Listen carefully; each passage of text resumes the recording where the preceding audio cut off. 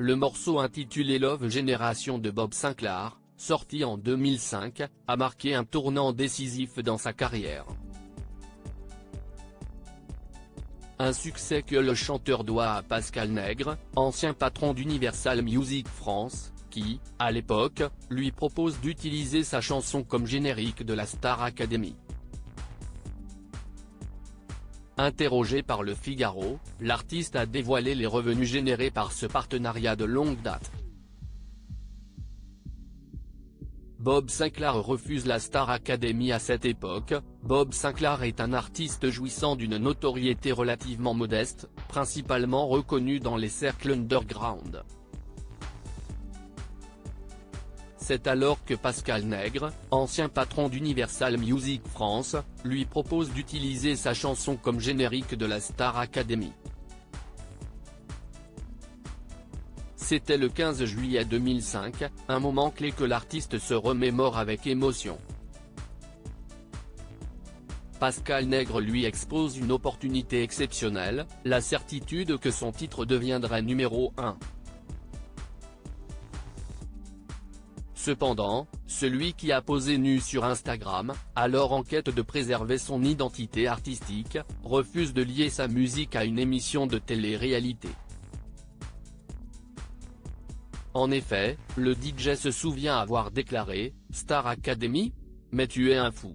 Jamais de la vie. D'où je viens, je ne peux pas. » Qu'une émission de télé-réalité utilise ma musique, je dis non, c'est impossible.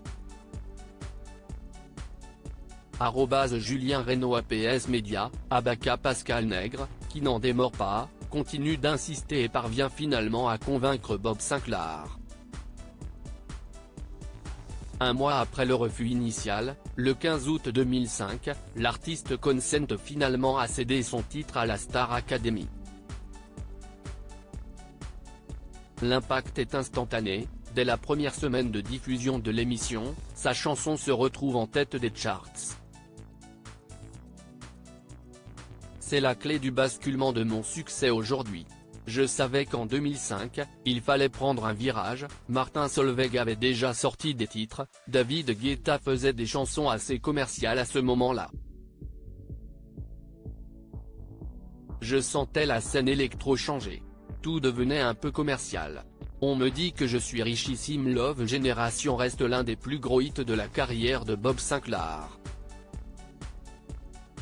D'ailleurs, le morceau continue toujours d'être utilisé dans Star Academy. Toutefois, il n'apporterait pas des gains financiers astronomiques pour l'artiste. La raison ? Bob Sinclar aurait omis de négocier un cachet de départ.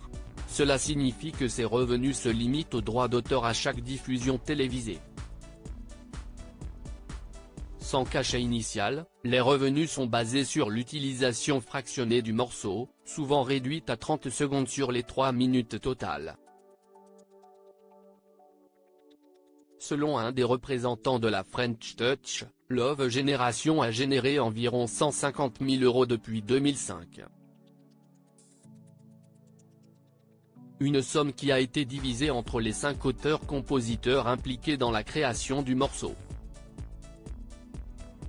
Ce n'est pas le jackpot, ni le loto.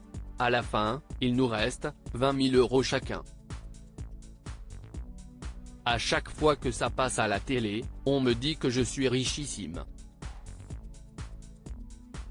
J'aimerais bien.